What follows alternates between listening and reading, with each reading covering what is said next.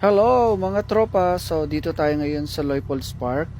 So 25 hectares ito guys kabuuan. So medyo malapad siya. So ayan, walang tao kasi medyo maaga pa to. Ayun, lakad-lakad tayo ng konti. Tapos tingin-tingin tayo dito. Yan. Ito yung mga pwede ka dito mag-jogging, pwede ka ditong maglakad-lakad. Tsaka ang daming grounds para pwede ka maglaro, mga volleyball, any kinds of sports dito guys. So minsan dito yung iba nagyo-yoga, yan. Yung iba nagbabasa ng libro, papalipas sa oras lang. As of the moment, meron ditong nagka-camp. Pero ewan ko kung anong klaseng camp ito guys. Ayan,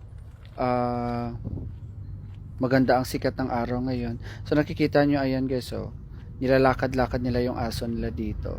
Tapos ayan, may pa-exhibition yung cute na dog na to. Natatawa nga ako dyan, pero may permission naman yan sa owner guys. Ayan. So akala ng aso, ay huwag tayo dito. Yung pangit ng nagkakamera, doon na lang tayo sa boss natin.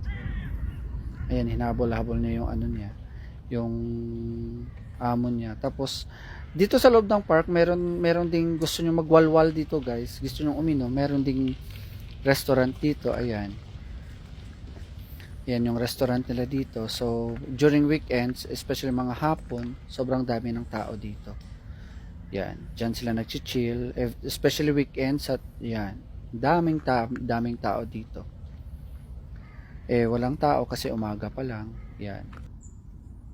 Tapos, meaning to say guys, hindi daw pwede aso dyan sa loob kasi ito, park ito guys. Isa to sa magandang ano din dito sa Leopold's Park. May mga lugar din na para sa mga bata. Yan. Actually, ang dami nito guys. Isa lang to sa 3 or 4 na park yata na para sa kids na meron itong Leopold's Park. Yan. So, syempre maaga pa to. Walang tao. Kaya parang ako lang yata dyan. Tapos yung mga nagja-jogging. So, sinaglit ko na habang wala pa yung mga kids. Ayan.